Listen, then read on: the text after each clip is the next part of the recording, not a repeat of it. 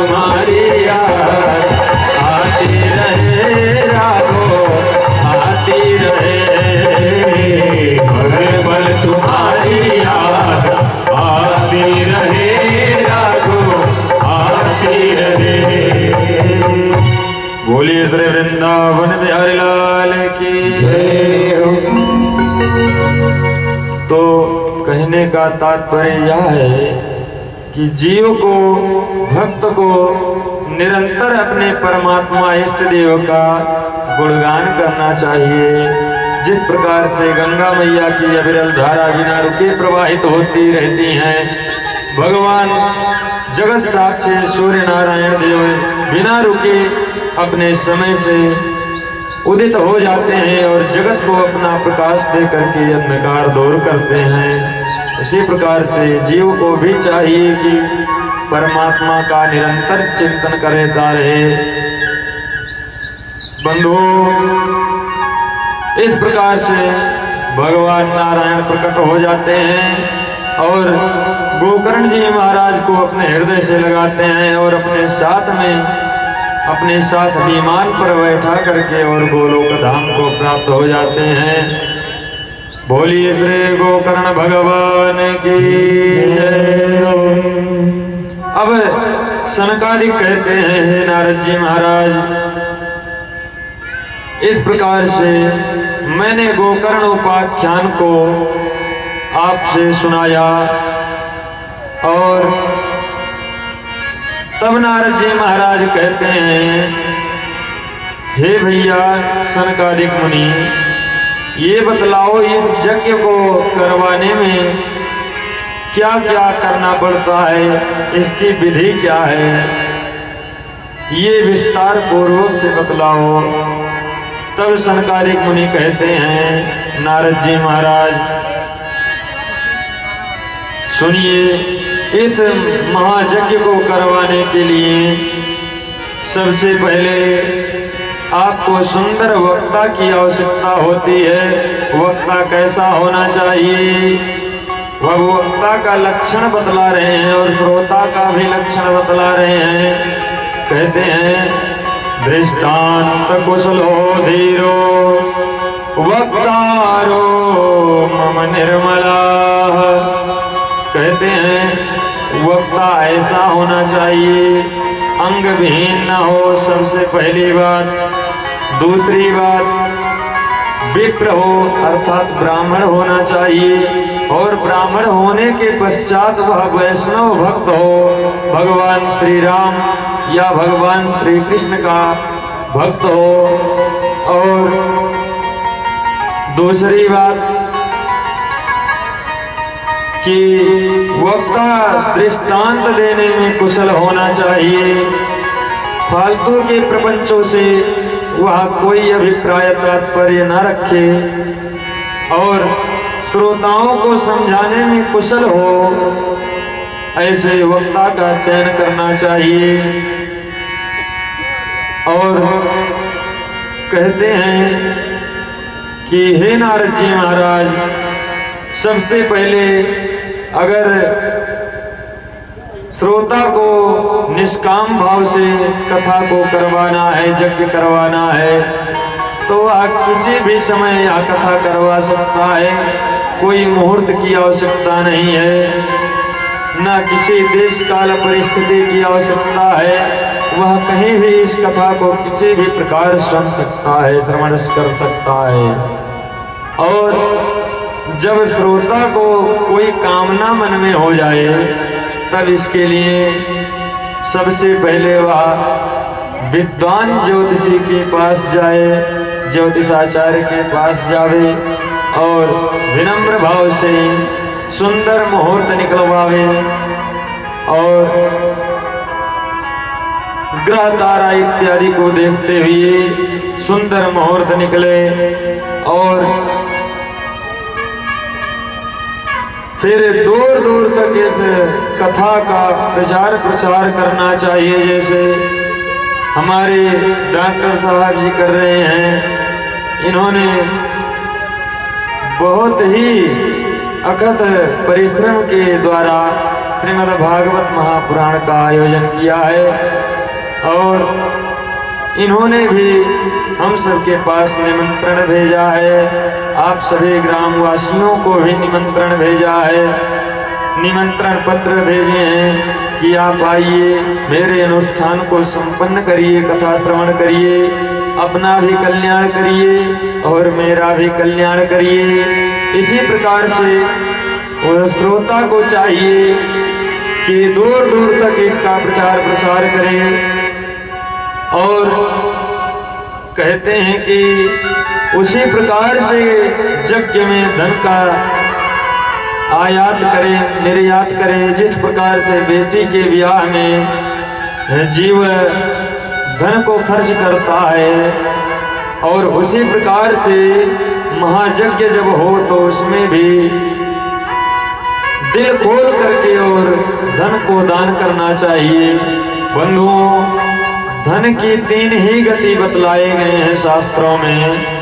गोस्वामी जी महाराज कहते हैं उत्तरकांड में, स्वई धन धान्य प्रथम गति जागी, स्वई धन धान्य प्रथम गति जागी, स्वई धन धान्य प्रथम गति जागी, स्वई धन धान्य प्रथम गति जागी, और धर्म पुण्य रति सो मोहि पाती, धर्म पुण्य रति सो मोहि पाती, सोई धन धान्य प्रथम गति जागी, सोई धन धान्य प्रथम गति जागी, सोई पुण्य रति सो मोहि पाती, धर्म पुण्य रति सो मोहि पाती। बोलिए श्री वृंदावन हरिलाल की जय हो। गोस्वामी जी महाराज लिखे हैं कि जीव का धन वही धन्य होता है जिससे भगवान नारायण की पूजन अर्चन हो। और दान, देखिए धन की शुद्धि दान से होता है और धन की 3 गति बतलाए हैं, दान, भोग और नाश। अगर कृपण व्यक्ति है, वह धन संचय करके अपने ऊपर भी खर्च नहीं कर पा रहा है, तो समझ लीजिए आने वाली पीढ़ी में उसका कोई ना कोई औलाद ऐसा उत्पन्न हो जाएगा कि उसके परिश्रम के द्वारा, अकथनीय परिश्रम के द्वारा अर्जित धन को पल भर में नष्ट कर देगा। ऐसा अधिकतर देखने को मिलता है। अब कहते हैं कि जो कोई कृपण व्यक्ति धन अर्जित करते करते जब वृद्धावस्था में आ जाता है और मरणासन्न अवस्था में हो जाता है, फिर भी उससे आप अगर कहिए कि बाबा जी आप कुछ गौदान कर दीजिए, तो फिर भी वह जेब में हाथ डालेगा और 1 रुपया निकालेगा, फिर उसको देख करके फिर जेब में रख लेगा। अर्थात 1 रुपया भी वो नहीं देना चाहता है। बताइए ऐसे उसका कैसे कल्याण हो सकता है। और कहते हैं कि अगर धन को संचित किया है तो अगर स्वयं उसका उपभोग कर ले तो सही है, या फिर दान कर दे तो सही है। भगवान जैसे कोई यज्ञ हो रहा है और आप सब तो धार्मिक जीव हैं, आपके यहाँ मैंने देखा कि आपके गांव के बगल में सुंदर भव्य दिव्य महादेव जी के प्रांगण में यज्ञशाला का निर्माण हुआ है। इससे हमको लगा कि आप सब बहुत ही धार्मिक हैं और यहाँ निरंतर यज्ञ हवन इत्यादि होता रहता होगा।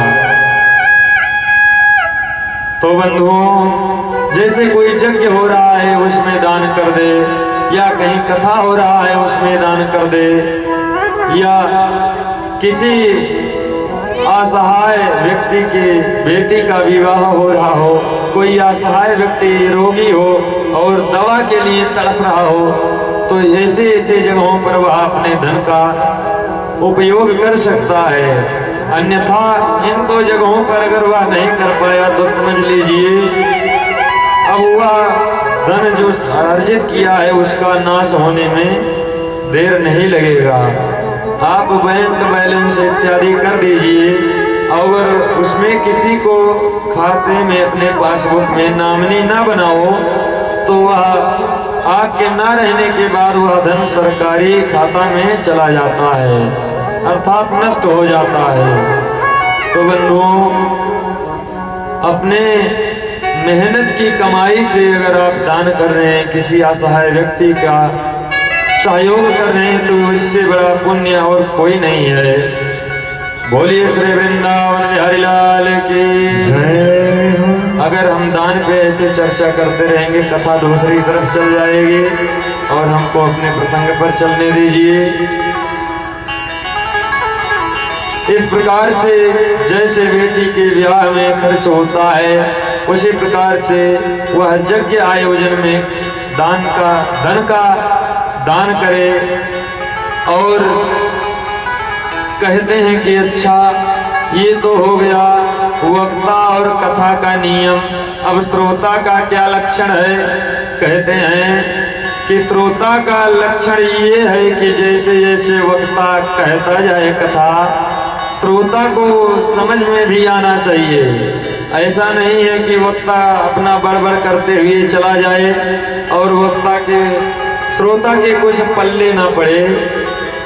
कहते हैं जिन श्रोता वक्ता समशीला, जिन श्रोता वक्ता समशीला, जिन श्रोता वक्ता समशीला, जिन श्रोता वक्ता समशीला, समदर्शी देखें हरि लीला, समदर्शी देखें हरि लीला, समदर्शी देखें हरि लीला, समदर्शी देखें हरि लीला। बोलिए श्री वृंदावन बिहारी लाल की जय। जैसे जैसे श्रोता कथा को कहता जाए, जिस प्रसंग को कहता जाए, श्रोता के हृदय में वैसा चलचित्र चलना चाहिए कि ऐसा ऐसा हो रहा है। ये चित्र मन में अपने आप चलने लगता है। अगर किसी से वार्तालाप हो तो वही चित्र भगवान का ही चित्र उस समय श्रोता के दिमाग में चलना चाहिए, तभी कथा कल्याणकारी बन सकता है। और कहते हैं नारद जी से सनकादिक मुनि, हे नारद जी महाराज, अब इस यज्ञ में विशेष आवश्यक क्या है कि अगर सामर्थ्यवान श्रोता वक्ता दोनों लोग हैं तो 7 दिनों तक निराहार रह करके और कथा को श्रवण करे। तब नारद जी महाराज कहने लगे, भैया ये कलिकाल है, इसमें बिना कुछ अन्न के काम चलने वाला नहीं है।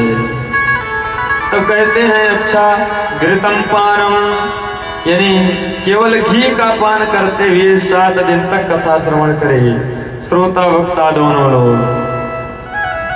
यानी जजमान और वक्ता ये ना समझ लीजिएगा कि हम सभी को करना चाहिए, विशेष रूप से केवल 2 का ही प्रसंग चल रहा है। बोलिए श्री वृंदावन बिहारी लाल की जय।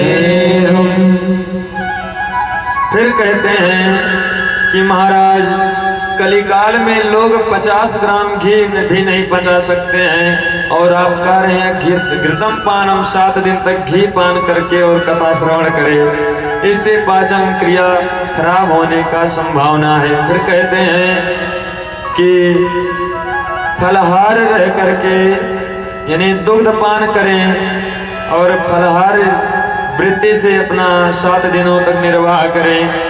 तो कहते हैं महाराज अगर इससे भी काम चलने वाला ना हो तो क्या करें? तब सनकादिक मुनि कहते हैं नारद जी महाराज एक टाइम भोजन करके और कथा को श्रवण करें। फिर कहते हैं महाराज कहीं कहीं ऐसा देखा जाता है कि कई श्रोता ऐसे